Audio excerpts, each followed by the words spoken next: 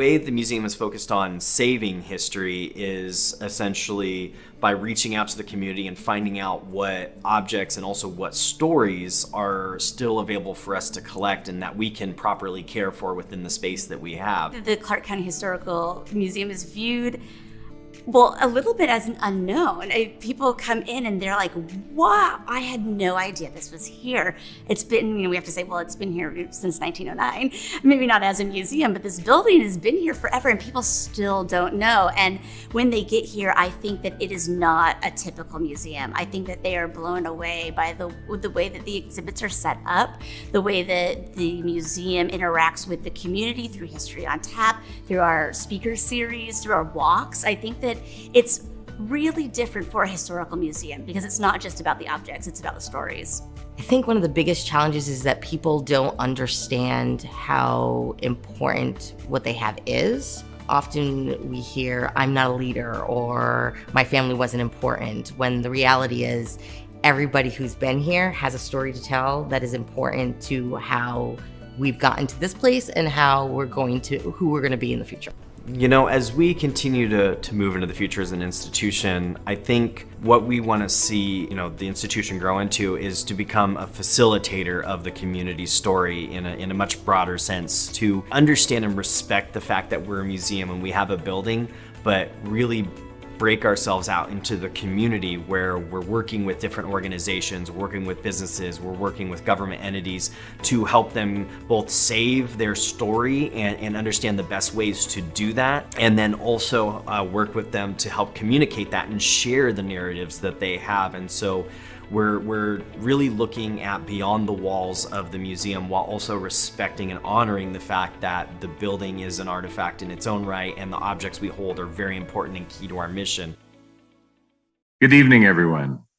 I'm Andy Gregg, Chair of the Clark County Historic Preservation Commission, a proud sponsor of the 2022 Clark County Historical Museum Speaker Series. The role of the Historic Preservation Commission is to identify, evaluate, and protect historic and prehistoric resources, as well as raise awareness of historical and cultural resources in the county.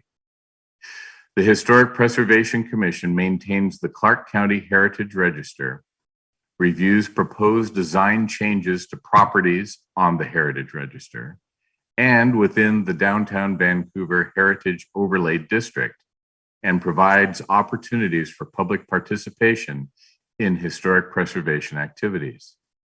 The Historic Preservation Commission also helps implement the Historical Promotions Grant Program.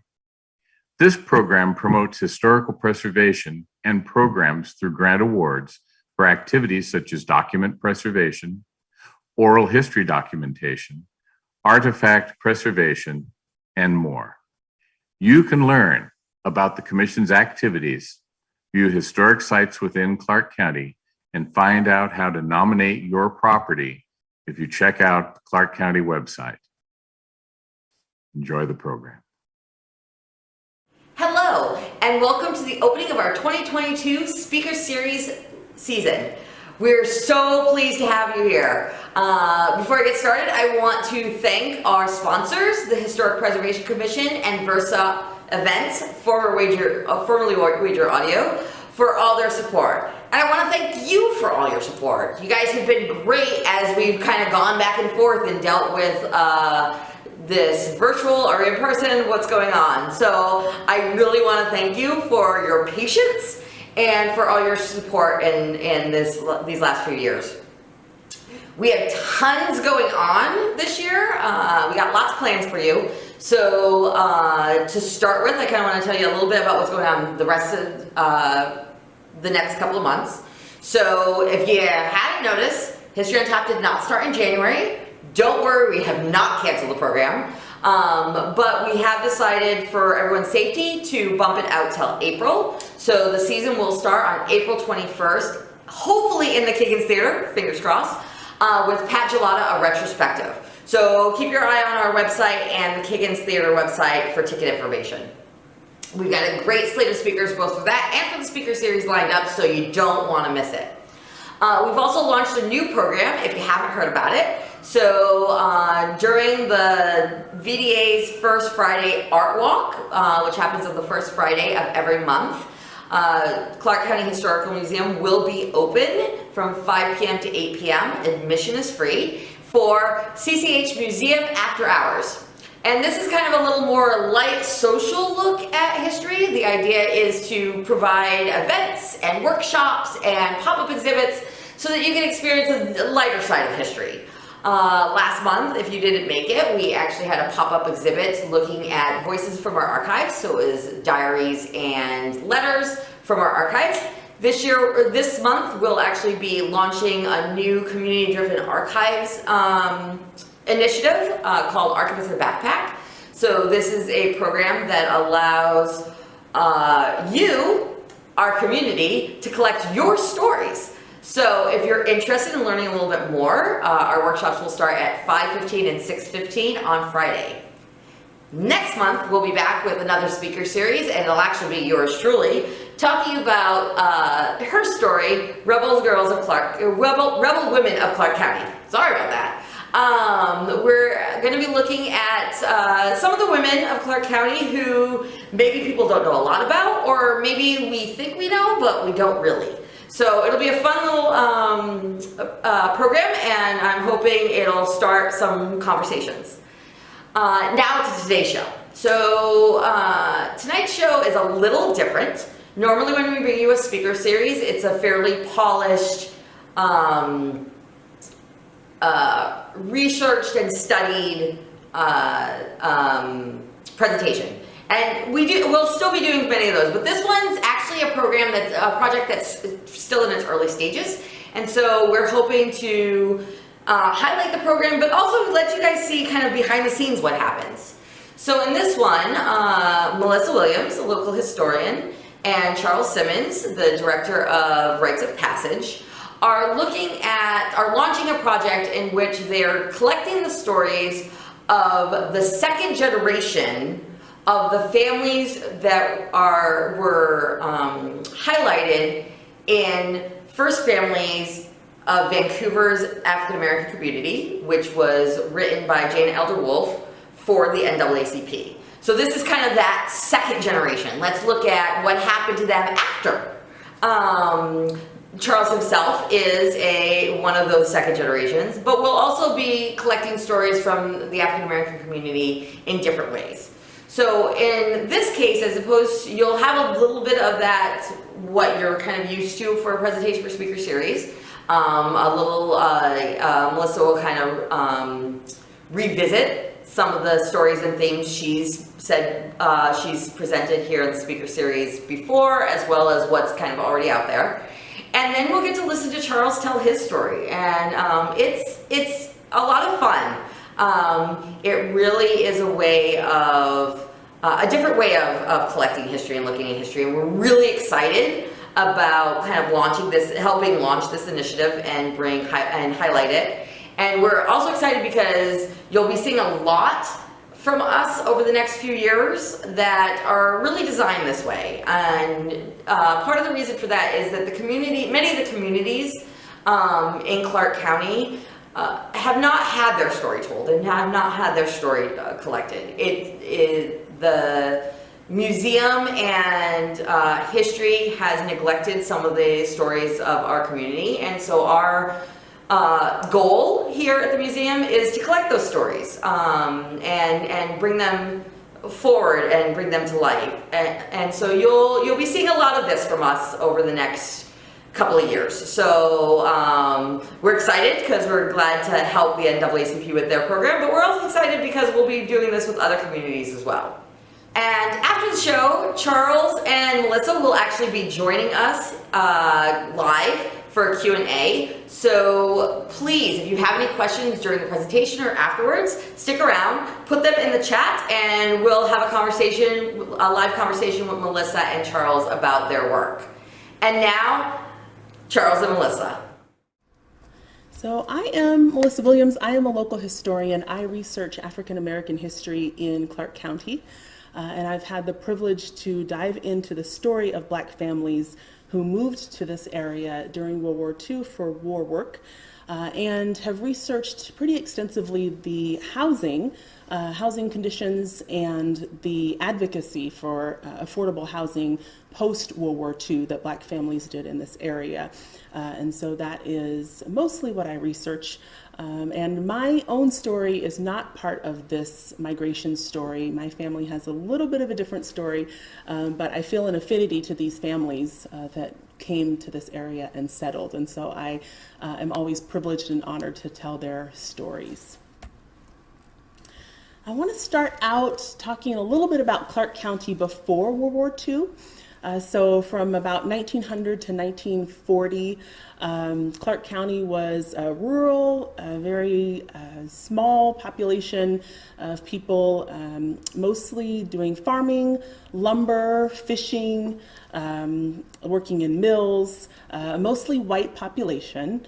And Vancouver was the county seat, and most of Vancouver at that time was west of where I-5 is now, so our smaller, older part of town on the west side of Vancouver. And there were about, in Clark County, about 50,000 people in the whole county in 1940, and that ballooned to about 100,000 folks, so about twice the population at the height of World War II. And Vancouver itself had a population of about 18,000 in 1940, and that population ballooned to about 68,000 during the war. So massive influx of people coming for those war work opportunities. And you can imagine that in that very short span of time, about 3, 4, 5 years, and the population growing at such a quick rate that really taxed the city and the county in lots of different ways, not just with infrastructure, but also, of course, housing and education, and lots of different stressors. And so the city and the county had to grow pretty quickly to accommodate all of these folks. And also a new racial demographic, because there had not been a substantial Black population in this area before the war. And so that also was challenging in many respects for people who lived here for a while and maybe had not had a lot of cross-racial interaction with others. And then, of course, also challenging for the people who were moving to this area and encountering new and different forms of prejudice and systemic racism, too. So during World War II, the primary employer was Kaiser Shipyards in this area. And Kaiser Shipyards recruited thousands of people from across the country. They recruited very heavily and deliberately in the South, because folks in the South tended to have fewer economic opportunities at this time, and those were folks who were ready to work. And so a lot of heavy recruitment in the South for families and workers of all races, but of course Black families as well, looking for opportunity. So recall that the Great Depression was not too long before this period, and a lot of folks had never fully recovered financially from that time period. And so even into the 1940s, once World War II began, people were looking for opportunities to make a good living, to have a solid income. Some people for the very first time having the promise of some stability for at least a couple of years. No one, of course, knew how long the war would last, but they were hoping, just in terms of income, that there would be some economic opportunity there for a while. And there was. And so for a lot of Black families and a lot of Black families who came to this area, this was the first time they were making really good, solid money. And it was a chance to save for buying homes or cars or investing in the future, investing in education for their children. So it was a really substantial opportunity for a lot of folks, and thousands of people jumped on that opportunity and came to the Pacific Northwest and other areas of the country, primarily for shipyard work. But there was also aluminum work at Alcoa. There was also a lot of railroad work too, so there were different industries, mostly in support of the war, but different industries that people could tap into for these good paying jobs. And so the Black families who were coming from Clark County, or coming to Clark County, were often living kind of on the edge, economically, and so folks were doing domestic works, folks were maybe laborers, and looking for opportunity for some kind of work that was more stable and paid better. And the shipyards, they found that. And the economic opportunity was a big lure, but there was also a push factor. And so a lot of Black people, particularly from southern states, were looking to escape Jim Crow racism. They were looking for what they hoped would be a more welcoming racial climate in the North and the Pacific Northwest. Now, what a lot of families discovered when they got here was that Jim Crow was here, but just looked a little different. So while they were experiencing in the South some very explicit forms of racism, often and a lot of violence and white terrorism, in the Pacific Northwest, they were still experiencing hostile racial environments, but it might have looked a little bit more implicit, a little bit more difficult to put their finger on. So there was this learning curve for a lot of families who were coming to this area, learning how to interact with white folks in a different way, but still experiencing that undercurrent of racism and prejudice and bias. And so that was a unique experience for a lot of Black folks for the first time, and something that definitely colored their lives in Vancouver and Clark County. So the African American population of Vancouver from in 1900, there are estimates, and the estimates vary, but in 1900, perhaps 10 or so Black folks living in this area. And in the subsequent decades, maybe you'd get a few more, so maybe 50 in 1910, maybe 29, 1920, so just in the tens. And then when we get to 1944, we've got almost 9,000 Black folks living in Vancouver. And then that drops very sharply just to 1950, about 900 Black folks, and then drops even further in 1960 to about 500. And so we can see that huge peak of about 9,000 Black people residents in the city, and you might wonder how that sharp decline happened just a few years later, and I'm going to talk about what happened there. But I first want to talk about housing because that is really the crux of that story. And the Vancouver Housing Authority was established to create war housing for this influx of workers who were coming to this area for war work. And they developed over time 6 housing projects plus a few dormitories and some other smaller projects. But these housing projects over the turn of the war housed about 190,000 people. So not all at one time, but cyclically over the course of the war, because people were very transient at this time. Lots of war work around the country was prompting people to move from place to place. Lots of different opportunities that people were engaging in. So traveling across the country. And so people were cycling in through Vancouver at a very rapid pace, and the Housing Authority was desperate to keep up with all of these workers. And so they created the housing projects that still in this area, you will see these names that sound familiar to you: McLaughlin Heights, Bagley Downs, Ogden Meadows. Those are the names of some of these housing projects. And the housing was very small, usually 1 or 2 bedroom. It was put up very quickly. It was sometimes described as slapdash, cheap materials, and very fast construction. So sometimes privacy was an issue in these homes. People would say, oh, I could hear neighbors, I could hear everything that was going on.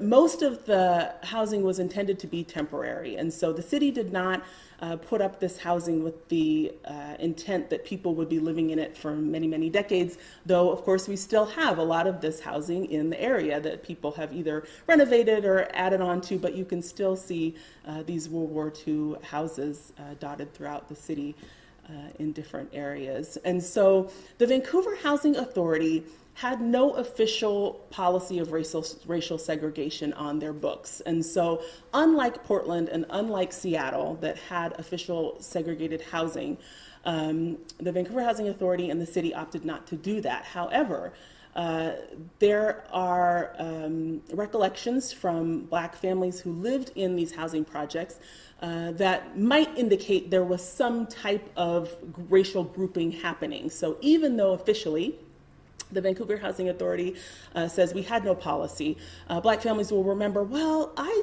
remember I tended to have a lot of Black neighbors in this one housing unit, or I remember that a lot of Black families happened to live on this side of a housing project.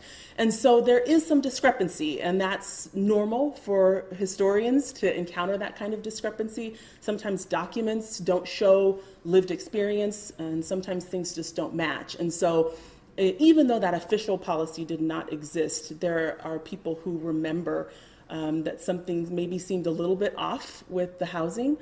So that's always an interesting thing to note, and we want to honor what people have lived and remember about their experiences in the housing projects. So that's something that's important to remember as we talk about housing. I do also want to mention the Vancouver NAACP, Branch 1139, which was founded in 1945. And this was an integrated group of folks who wanted to advocate for, particularly for housing and employment security. And especially as World War II work was dropping off, Black people were finding it difficult to secure employment in the city and in the county. And so a lot of advocacy was happening to try to get employers to hire Black people. And there were efforts, particularly with Crown Zellerbach and Alcoa and Hidden Brick Company. There were efforts that the NAACP took to encourage those employers to hire Black families, Black people, so that they could stay in the area. The Vancouver Housing Authority had conducted several surveys of their tenants in an effort toward the end of the war to determine how many people might want to stay in this area, and so that the city could make plans for how they would kind of build up the infrastructure to accommodate the thousands of people who intended to stay after the war. And so we know that a lot of Black families did intend to stay in Vancouver even after the war's end. Whether or not they were able to do that was a different story, and a lot of that was based on whether or not they could find employment. And so that became a really big issue for advocates who were trying to make sure that Black people had equal access to employment and had those, those civil rights for opportunities to work. And so the NAACP was successful in securing employment for a lot of folks. But over time, what happened for the Black experience here was that the decline in employment pushed a lot of folks out of this area, and also the city's plan to develop private housing and to move away from public affordable housing also had a big impact on whether or not Black families could stay in the area. So into the post-war 1950s period, we see, of course, those war industries scale down, the shipyards, aluminum, railroads, all of that scales down. And so folks are on their own, not just Black people, but all people who moved here for war work were on their own in finding different work opportunities. And when you add on top of that systemic racism, it is, of course, much more difficult for Black residents to secure those employment opportunities. Along with that, losing affordable public housing for a lot of people, not just Black families, but white families and others as well, losing that affordable public housing through the Vancouver Housing Authority as the city moved to private housing developments was also a big push factor. And so we see that sharp decline in the African American population during the war, and then into 1950, we see that sharp decline because of those employment and housing opportunities funneling down and being a factor to push people out. And so there had been a long-standing kind of push against public housing from longtime Vancouver residents who did not want the city to move in that direction and felt that there was some stigma attached to folks who are living in public housing, thought that maybe they wouldn't be they wouldn't be as invested in their neighborhoods, or they wouldn't be neighbors or residents that you'd want in your communities. And so there was a vocal faction of longtime Vancouver residents who encouraged the city to move toward private housing, and that is the direction that the city moved in. And so we lost some of that affordable housing. But the families who were able to stay in this area, the Black families who were able to stay in this area, those who settled in the city deliberately and conscientiously planned together to live in different areas of Vancouver. And they did that on purpose so that there would be no Black area of Vancouver that could be targeted for racial violence or for disinvestment from the city. Remember that Black families moving to the Pacific Northwest, particularly from southern states, had long experienced being racial targets in their neighborhoods and communities. And so they did not want to have an area of Vancouver that could be easily targeted as the Black section of town. And so with encouragement from the NAACP and other advocates, Black families chose deliberately to live in different areas of the city. And that had this kind of double-edged effect. So one effect is it accomplished what they were hoping it would, which is that there was no area to target Black people in Vancouver. But the other side is that the Black community was less visible. And so folks would come to visit the area and they would say, where are my people? Where can I find Black folks in this city? And of course, the Black people exist, but are a little bit harder to find. And that is still the case for people who visit this area because the Black population remains low, about 3% of the population here. And so that is something that has persisted, and it has pros and cons, of course. So the aftermath of the World War II experience and of the 1950s with the way that the city developed its housing was that had the effect of pushing a lot of Black families out. And many Black residents went to Seattle, many went to Portland, many went back home. A lot of people had intended to do war work just temporarily. They were going to come out, work for as long as they could work, and get some money into savings, and then they were going to return home to their home states. And so a lot of folks did that. And so people scattered and went lots of different places. But for our population, for the small number of Black families who stayed in Vancouver, their advocacy around civil rights, not just in housing and employment, but in education, in social services, in criminal justice, their advocacy in lots of different arenas, often spearheaded by the NAACP, is their lasting legacy. These families have really put down roots in this area. They wanted to stay because they liked the area, just like anyone else would choose where they want to raise a family, where they want their children to be educated. The geographic beauty of the area. All of those are reasons that Black families wanted to put down permanent roots here. And many were successful in doing that and in helping to enhance this community along the way. And so that story, the story that I study and research, is about those first families that were coming in the 1940s and 1950s. And of course, there is another story that must be told, which is the next generation of those families, the children and grandchildren who grew up in Vancouver and who maybe didn't even know their parents' home states. They might be Pacific Northwest born and raised. And so that is a continuation of the history that still needs some thorough research and some exploration so that we can continue knowing the legacies of these families. So with that, I will turn it over to Charles Simmons. Hello. Fair warning. Born and raised here. My parents told me not to be an educated fool. I was born as Charles LaRue Simmons to the parents of Charles and Lillian Simmons Jr. My parents decided they did not want me to be the third, so I had the name of LaRue. Moving forward, born here in Vancouver, Washington, Permanente Hospital, which is defunct, on the riverside. Also raised here in Vancouver, Washington. Went to schools here in Vancouver, Washington. Now,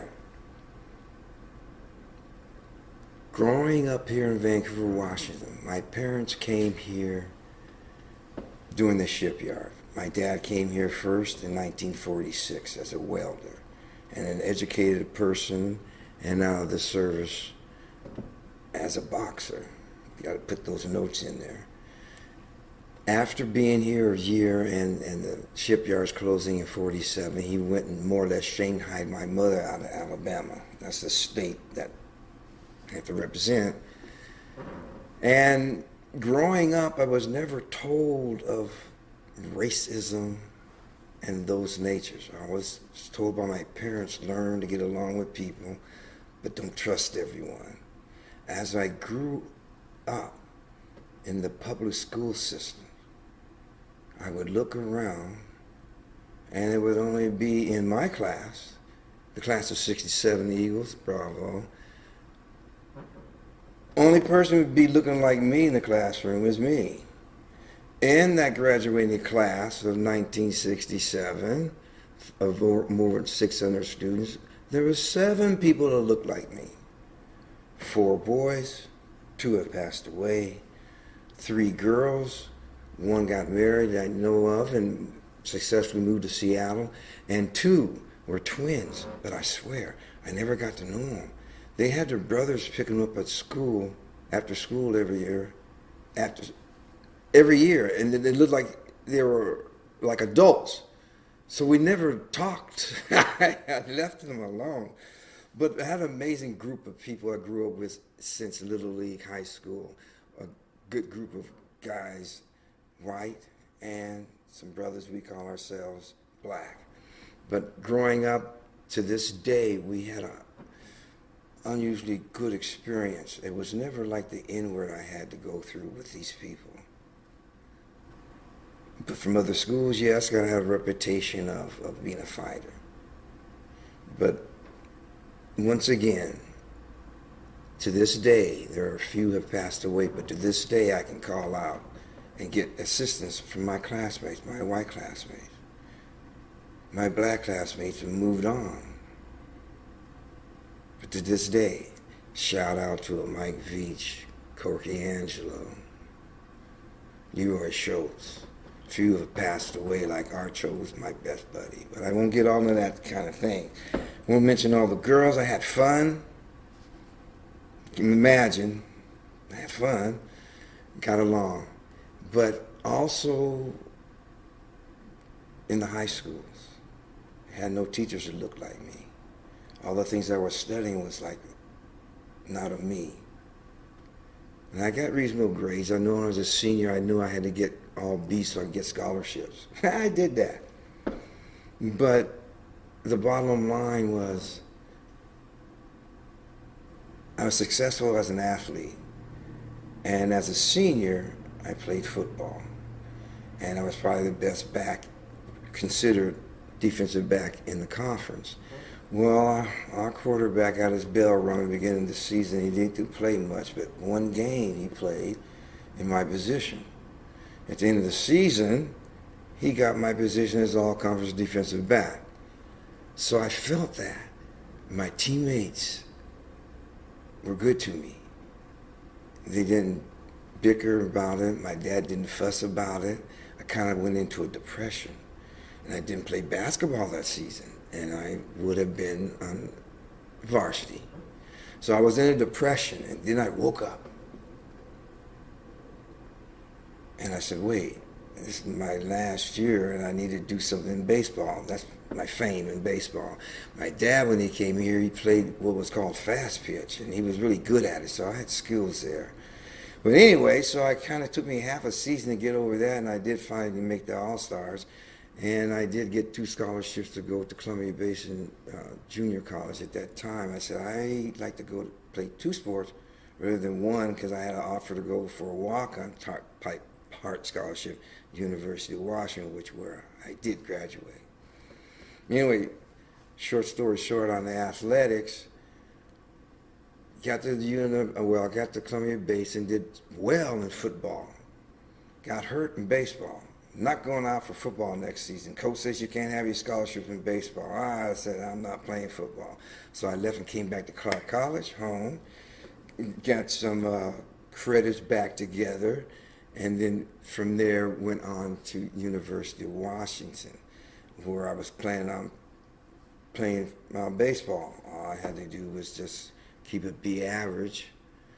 And if I didn't make the team, then I'd have a scholarship, because at that time they were trying to get people of color at the University of Washington.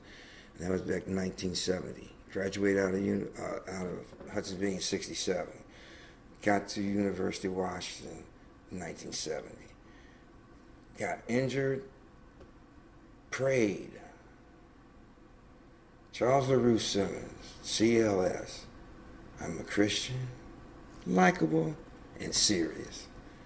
So anyway, I was at UW, and I said, oh no, I can't be in the streets playing sports at life like that. And I said, what can I do? I said, oh Lord, I started praying. I said, go back home and be a teacher. Yeah. I said, okay. I never had black teachers. I need to learn more about me.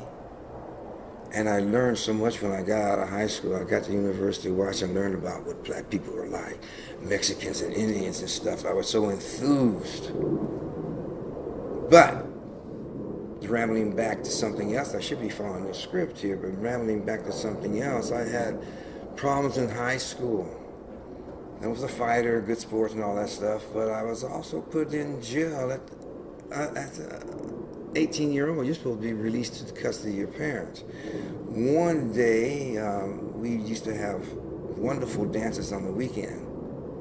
And so one of those dances, I was a senior, and person I used to hang out with, Kennedy's, would drive, and we were getting ready to go to that dance, and this white man was driving his car, yelling out that N-word. We turned the corner and parked. He parked, and he came at us with a little knife, and we beat him up. Left him alone, went to the dance, and finally the police came and got us, and we ended up in jail. And I stayed there for a whole weekend. And my dad never bothered about that, because he knew that it shouldn't be done. He, as we call it, bit the bullet. Later in life, he held up because he was at Alcoa, and he was tired of training people, white folks, and not getting promotions. So he just stopped.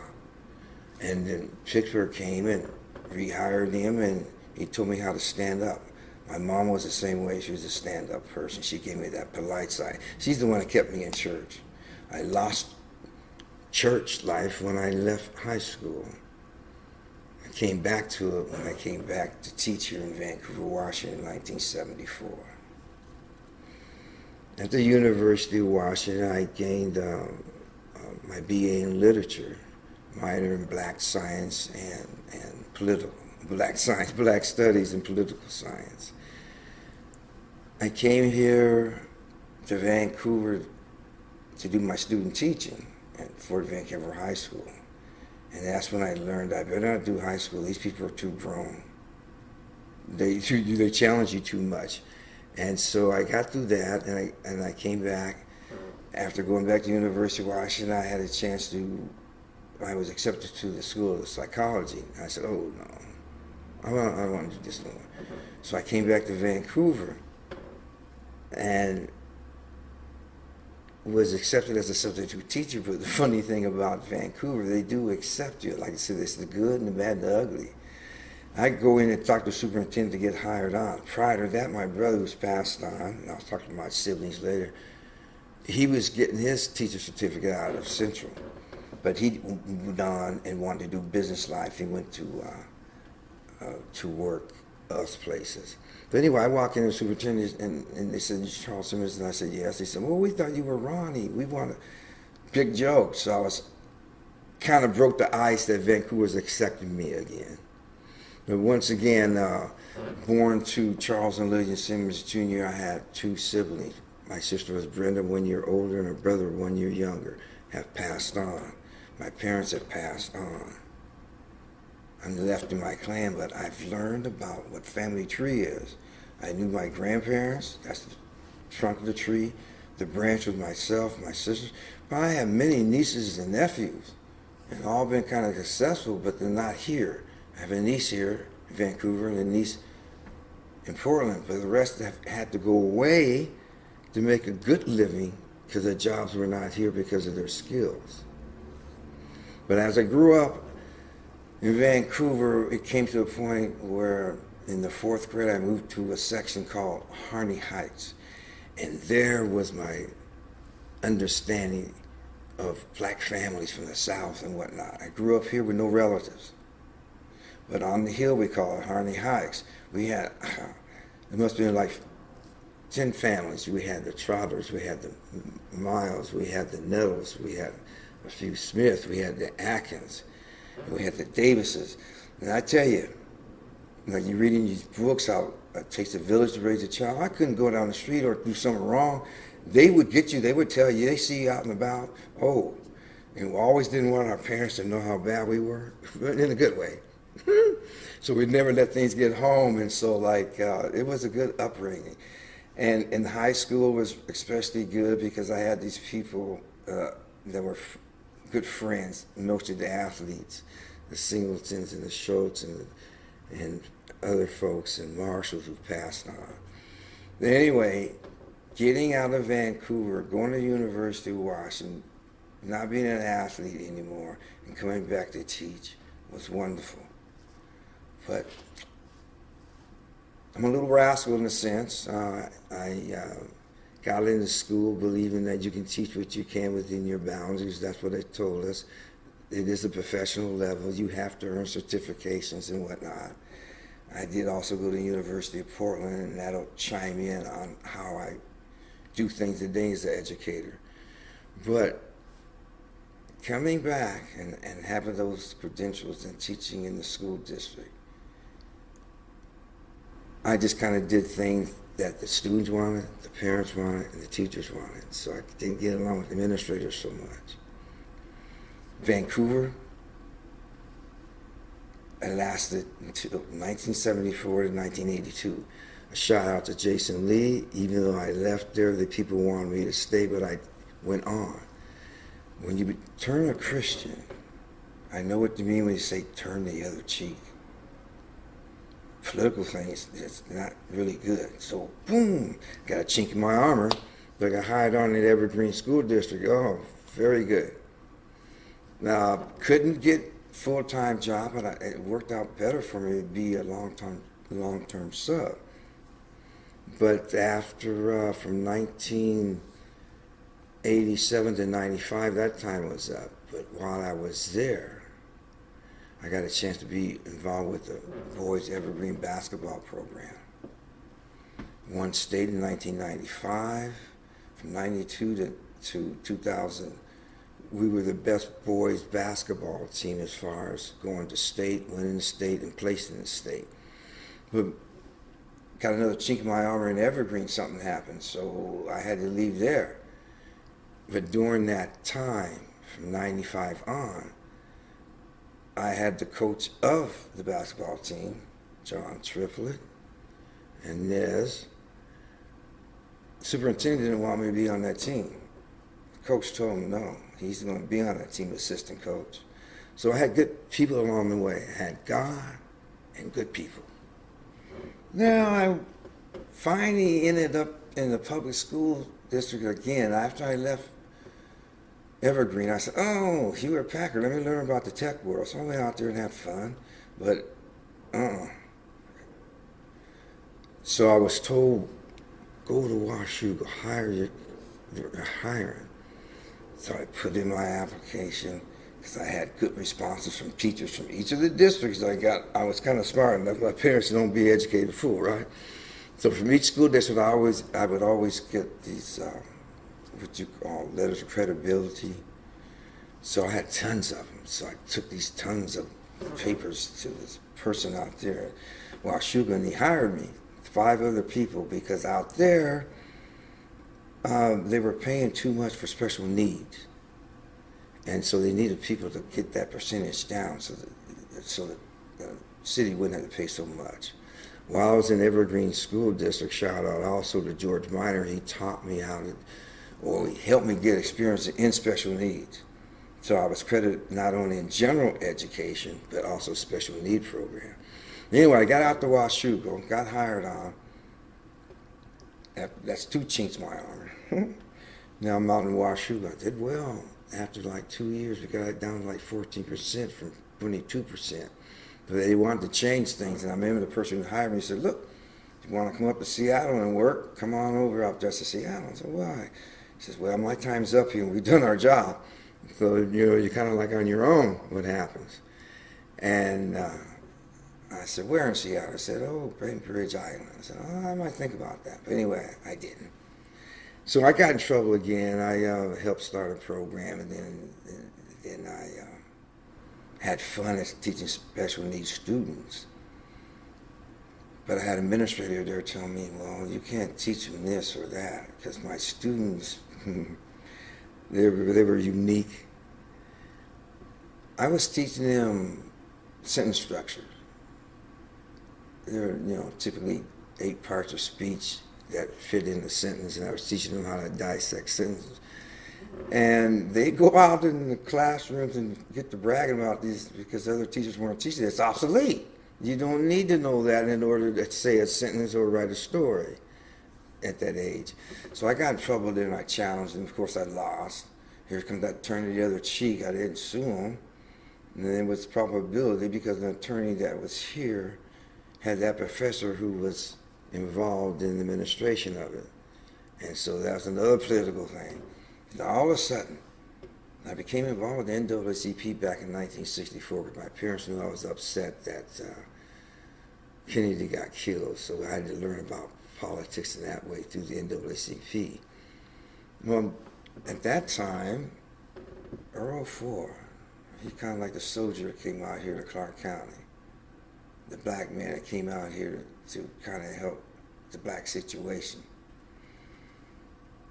I paid attention to him. And what he wanted to do was get a program here for youth. And that program was to help stimulate youth about not feeling low self-esteem. It was to help stimulate jobs to people who had jobs as blacks here, especially Larks Mountain, that weren't getting promoted. The program was to help the youth in the summer because when we were going to school in the summers, a lot of folks went to the fields and picked berries and things of that nature. That was gone. So his opportunity was to try to get these youngsters involved with not only Forest Service and clearing trails, which was his forte when he came out here, but give them some kind of education about black people. Out here in the Pacific Northwest, we didn't learn nothing about slavery, things of that nature, So being that educated fool, I said, oh my, all these things I've learned in college and whatnot, I said, I got a hook here. Because the teachers always tell me, find your niche. The administrators say, find your niche. I found that niche. And I went to the University of Portland to get credits for my lifetime teacher certificate, by the way. I had a professor. He said, study your last name. I said, okay. I ended up getting an A out of his class. My last name is the good and the bad. One brought a wagon train of black folks out here who helped shape and create the state of Washington. The other one, by my last name, went over to Oregon and resurrected the Ku Klux Klan. Okay. So the emphasis of this is all about not only the people I grew up with, like the Nettleses, the Smiths, the Andrews, the Davises, the Joneses. I said to myself, what can we do to help these youngsters? We can tell them about the state of Washington. The Rites of Passage program is a program that is the beacon for our youth at the time. The students ranged from 8th grade to 12th. And the niche was, how did we get here to Pacific Northwest, to Clark County, to Vancouver, Washington? So history, I didn't like reading about it until I found out about people who looked like me. So I said, these youngsters don't know about people who look like us that much. And so became involved where I need to press these buttons so you can see about the rites of passage. At one time, we were at the state legislature. We had students going up there from our program. The program started in 2004, lasted really strong until 2013. Need some funding. Had a chance for some funding, then that pandemic hit, and we lost that 3-year grant. But anyway, the program taught students about how the state of Washington got shaped. It used to be Oregon territory. Here you're going to see a content of the program, which is basically how it's set up, so people can see how is it ran each day. You're going to see how youngsters learn about people who look like us, that have invented things that help make the world go around. You're going to see pre and post assessments that these students get in Washington State, and you have some math, and you have little language arts, because in order to get into the program, you have to be able to write 5 paragraphs telling what are the goals, 3 goals you think you can get in this program. So they write that. At the end, they also have to write it again. Did you accomplish these 3 things? Along the way, you can see some of the value of the math assessment. They get paid, that's what I'm saying. Summer, there's no picking berries in that nature, so this program allows the youngsters to get paid. But they just don't get paid automatically. The 3-point system is a rating scale that you can earn 3 points in one day. That rating scale came about of George Miner, a person I met, called him Coach Miner in the Evergreen School District. Shout out. But you get 1 point for attendance, 1 point for work, 1 point for behavior. At the end of the week, it's a 5-day program from 9 to 3. At the end of the week, let's say you get 12 points out of 15. You calculate the percentage of those points. Let's say it comes up with whatever percentage it is, right? You have a lump sum of money you come in with. Now you take that percentage of that money for each day, and you can track how much you're losing. Because it's hard to get 100%. You're going to be absent along the way, whatever. That's when this, not only the assessment, but that's when the black inventors come in. They have a chance to get extra points every day. So moving on, they learn their percentages along the way, and the work they do helps them keep a good percentage. It helps them get a little percentage, but they can't dumb me down. You're working on your own. You learn about what real life is. You're going to work and get what you earn. One of the beautiful things about the program, not only learning about themselves, look at these speakers. These people have given their time since 2004. Look at these speakers. Past mayors, present mayors. We had the Indian population come and speak with us. We have people of all walks of life, and they have to take notes. And the minimum are 10 points, 10 notations and so forth. So they're graded at the end of each day if they have a 1, 2, or 3, or 0 if they didn't show up. But the main part of the program now is we need some type of funding. We need the chance to have this next generation, the generation, to know how they can not only improve in their own life skills and whatnot, but learn about how we got here. Some of the good things about here, you'll see past Ranger Greg Shine. He was able to be published in the Oregon Society magazine because we brought to him the Buffalo Soldiers. One thing good about this program is every Friday we have a field trip that deals with the subject matter of the week. And the first field trip is to Fort Vancouver. And I introduced him about the Buffalo Soldiers more or less, where he, each year, at about the 3rd year, he was able to write an article that got accepted. the history, not only because of the name of Simmons, but him bringing the wagon train of a person by the name of George Washington, who created Centralia, a person by the name of George Bush, who was a very successful millwright in the Olympia area.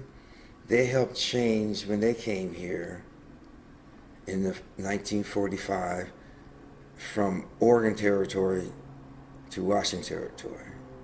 Then we had a little squabble of the war, and then we became Washington Territory. We moved the borders up toward Canada because the British and Americans.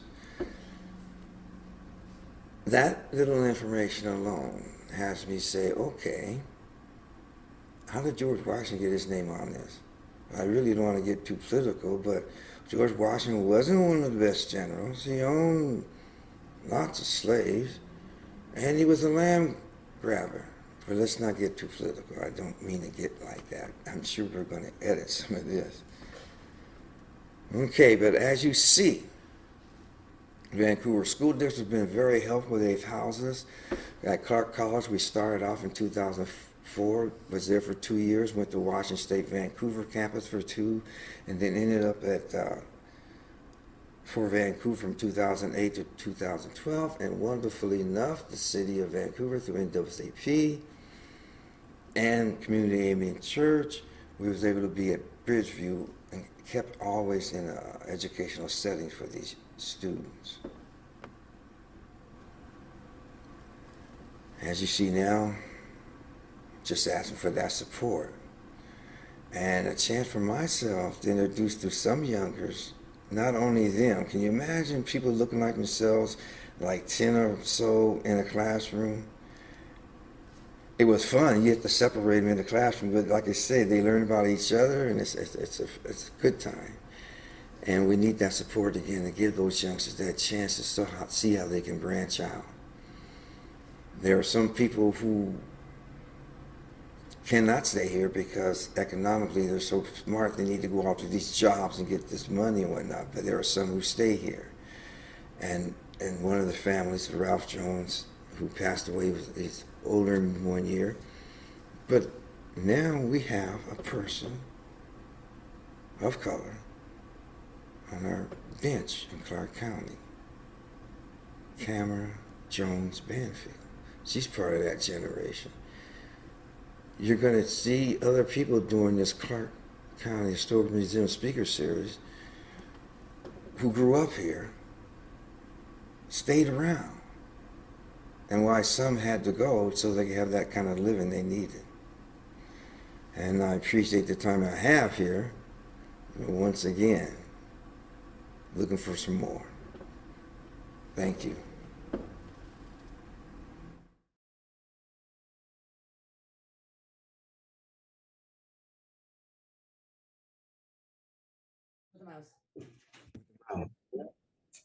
You better go. What am I saying? Here, go that way. So they can have that kind of living. Appreciate the time.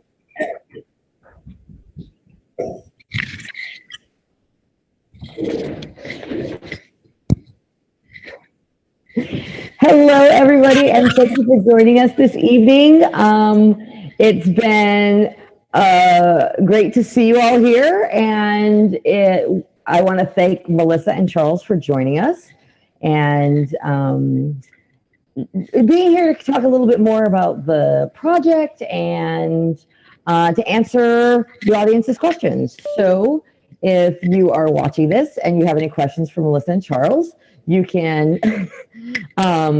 put them in the chat, and I will present them to Melissa and Charles and have them kind of answer to them.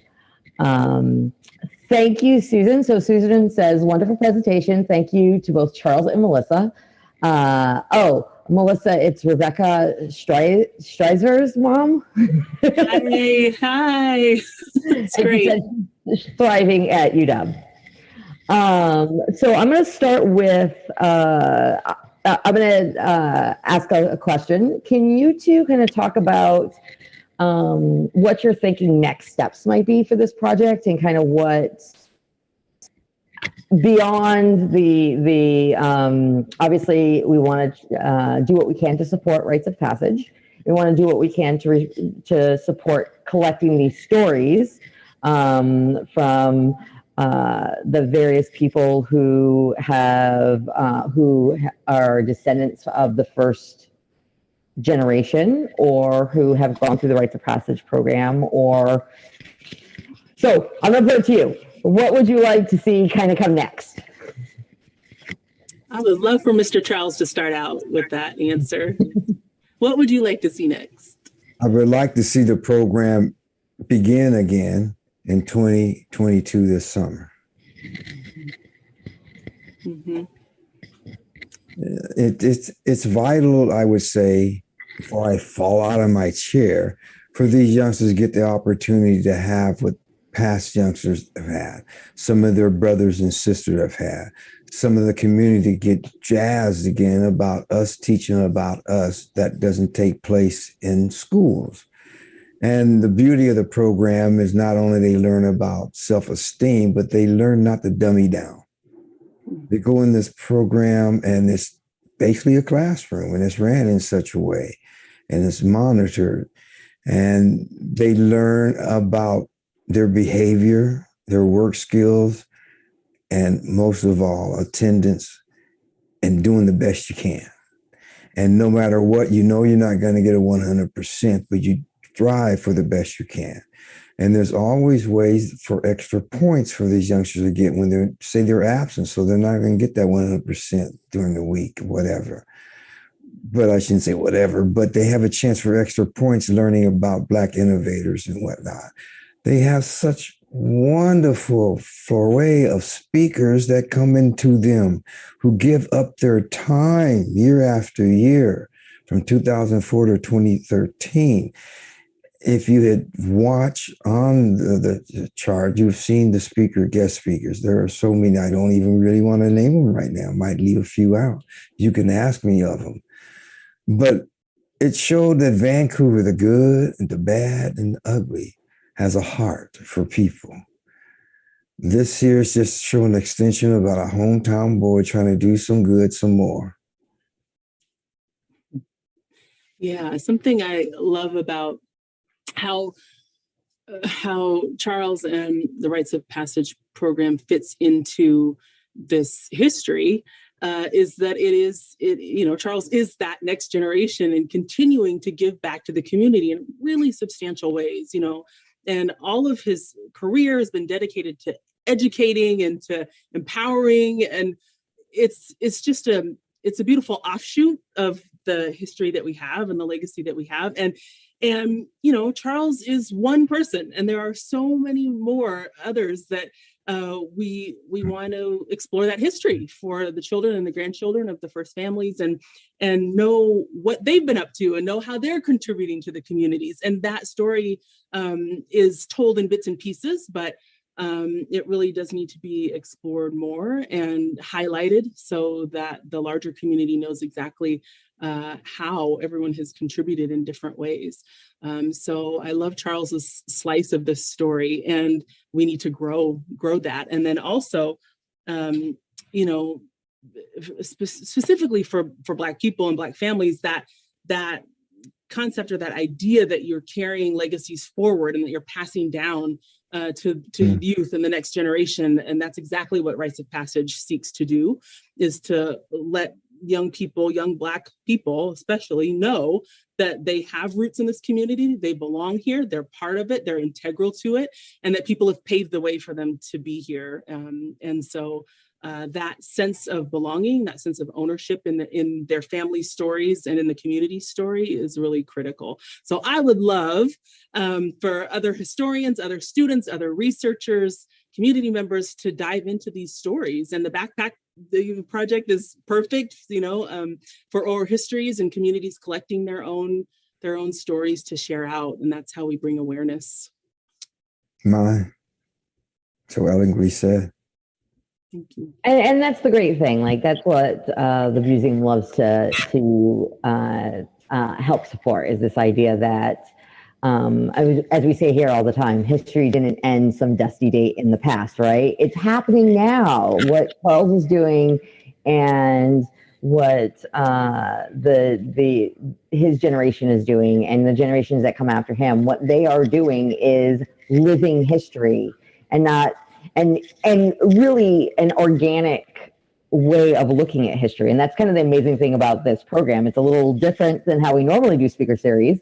And that's what I love about it, is like it's an early look at what eventually hopefully will become kind of the next volume in terms of a written history of the African American community. It's the NAACP and Jane Elder Wolf did an amazing job on the first volume of that, and now it's time to move it forward, and that's just lovely. I'm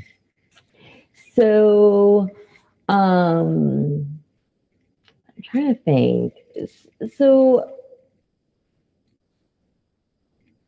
I know that one of the things that we've all kind of struggled with is trying to do this kind of work during a pandemic. I think it's safe to say we're all kind of over it. But yeah. Can you describe some of the struggles that you've kind of gone through in trying to launch this project? Because Charles, you and I started talking about this over a year ago, about kind of getting this going, and some of the struggles that you've faced in trying to launch this or get this off the ground. Well, like I said, it went strong up until 2013. And then 2019, we started it again. And it was a blessing, but it was kind of like in disguise. It was unusual. One student, and that one student was an extrovert. By the end of the program, that person was not only was an introvert, but became an extrovert, and was able to speak in front of people and learn so much about the history of folks of color coming to the Pacific Northwest, and math, and on the field trips learning about the Kaiser shipyards and different opportunities, and going to the juvenile court. That was one of our field trips, to go to the juvenile court. But the person that excelled with a 98%, which there's only been 2 people that had 100% in the past. But it was amazing that one person had gained so much knowledge. The NAACP appreciated what value it took. And then after a while, a grant was offered and through LULAC. And we were going to start it off in 2020, but the pandemic hit. So it was like, okay, now what do we do? I must come out of the woodworks and make a bid for this program and be seen. And the hope is that it can happen again. But the struggle was that one student we did get was great, but I was not able to get into the public schools again. Prior to 2019, I was able to go to the schools and talk to the counselors and set up a meeting during lunchtime and talk to the students and hand out applications. No problem for students. But 2019, it did not happen. I had to turn everything into the district office, and that's that. But I will tell you, the past superintendent, Steve Webb, very generous man. He housed us from 2009 until 2012 and had no problems with classroom settings and whatnot. He was gracious. He even wrote a letter of recommendation for the program. But the struggle is no struggle at this point other than funding. The history it brings to the youngsters, not only about the state, but about Pacific Northwest, and learning about all these different speakers and the different values and things they can pick up from the guest speakers, many from lawyers, to mayors, to fire chiefs, police chiefs. And it's just a wonderful program. But the struggle now is to find out where we at. Can we do it one more time? And I say, yeah. The program basically, county administration part, you have a lead teacher, you have an assistant teacher, you have a lunch supervisor, you have a student from the past who had the best percentage become a classroom aide. All these positions get paid. And then you have transportation for the field trips. All that in total is $6,000 and some odd cents, $7,000 gets the program through. So what's the struggle?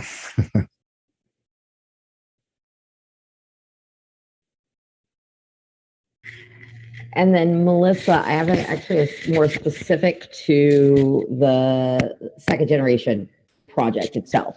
So the next generation would be able to gain something more than just the book learning about our culture and the descendants, the African descendants. They're going to learn that when you come out here, it's not so much you have to be twice as best or good as anyone else. You just have to be the best you can be at what you're going to do. You're going to become more dedicated. I noticed in the classroom, like I said, the students didn't dummy down.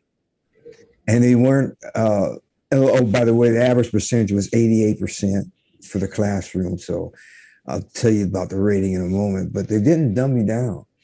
And so they're going to learn to be able to do something that no other students have the chance. You know, we have the urban team, and we have the ACT-SO program.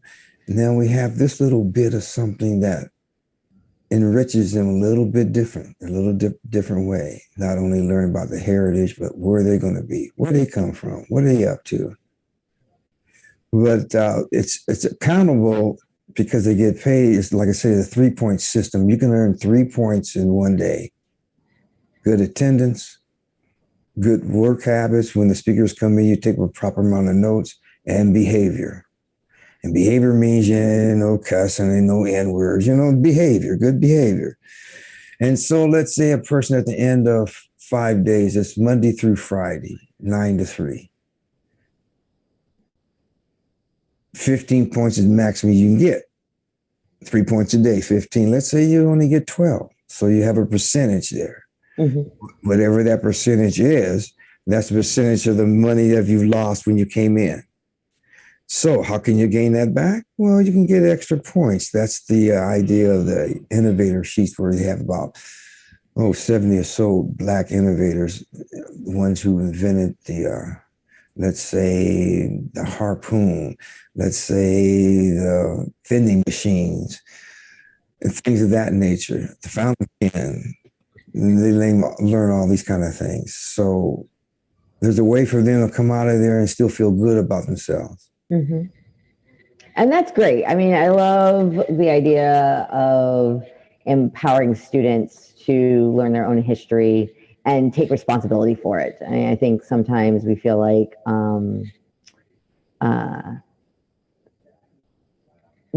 grades don't really have a tangibility to them for students. All right, it's so giving them a little more responsibility for their own way, or for their own scores and their own what they earn. I mean, that's what we all deal with as an adult, right? So it's kind of getting them ready for that. So I want to shift a little bit of the conversation more to the next generation project itself. So there's the Rites of Passage project, and then there's this project where we're trying to collect those stories of the people who came after the families that are in the First Families book. And we have a question from the audience about what help is needed. What can the community do to help support that project as well?